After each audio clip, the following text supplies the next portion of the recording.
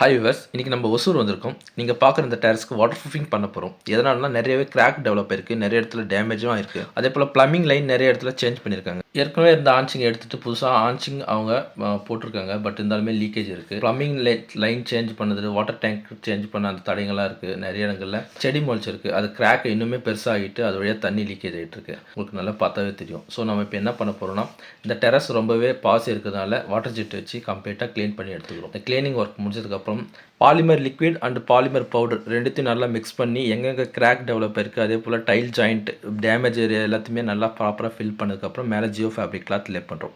இந்த ஒர்க் முடிஞ்சதுக்கப்புறம் மேலே water paste epoxy primer first coating application பண்ணுற ப்ராசஸ் பார்க்குறீங்க.